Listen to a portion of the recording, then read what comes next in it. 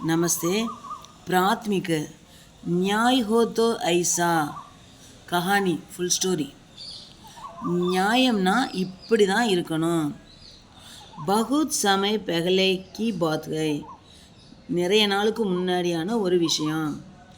ஏக் ஷஹர் மே ஏக் லால்ச்சி பனியா ரக்தா தா, ஒரு நகரத்தில் ஒரு பேராசையான வியாபாரி வசித்து வந்தான்.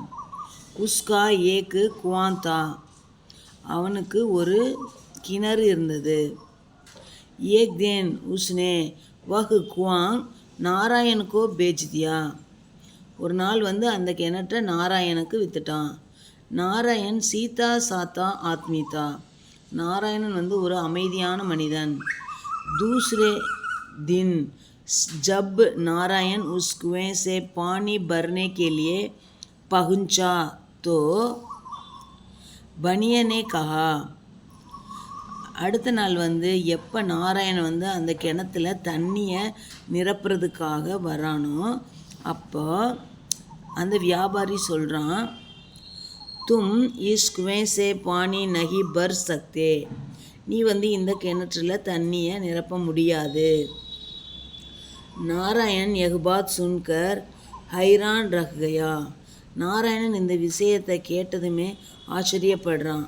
உஸ்னே கஹா, அவன் சொல்கிறான், ஸ்ரீமான் கல் ஹி தோ யக்வா மைனே ஆப்சே கரிதா ஹை, சார் ஸ்ரீமான் திரு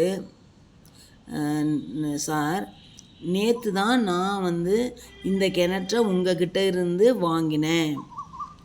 ठीक है, சரி. तुमने ये कुआं खरीदा है, நீ இந்த கிணற்றை வாங்கின. इस कुएं का पानी तो नहीं खरीदा, நீ இந்த கிணத்தோட தண்ணியை வாங்கலையே. तुम केवल कुएं के मालिक हो, நீ வெறும் கிணற்றோட சொந்தக்காரன் தான், உரிமையாளர் தான், ஓனர். मैं कुएं के पानी का मालिक हूँ, நான் கிணத்து தண்ணியோட முதலாளி. अगर तुम्हें कुएं में से पानी लेना हो तो एक बाल्टी पानी के लिए 100 रुपये देने होंगे. நீங்கள் நீ கிணத்துல தண்ணி எடுக்க வந்தேன்னா அப்போ ஒரு வாளி தண்ணிக்காக 100 ரூபாய் கொடுக்கணும்.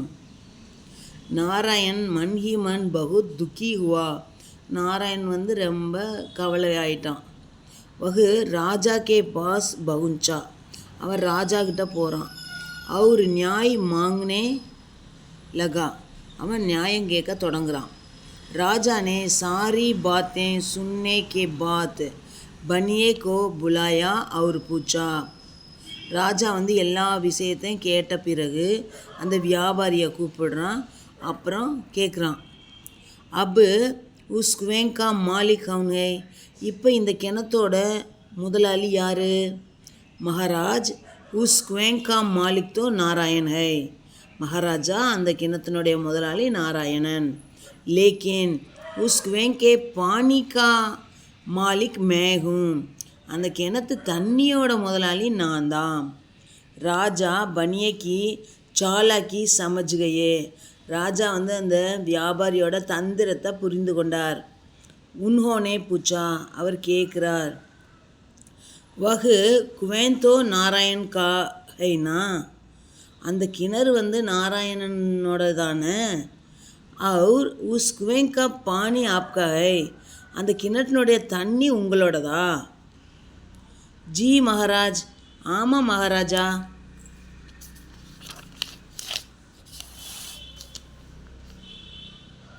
नारायण के कुएं में अपने अपना पानी क्यों रखा है, அப்போ நாராயணோட கிணத்துல நீங்கள் உங்கள் தண்ணியை ஏன் வச்சுருக்கிறீங்க?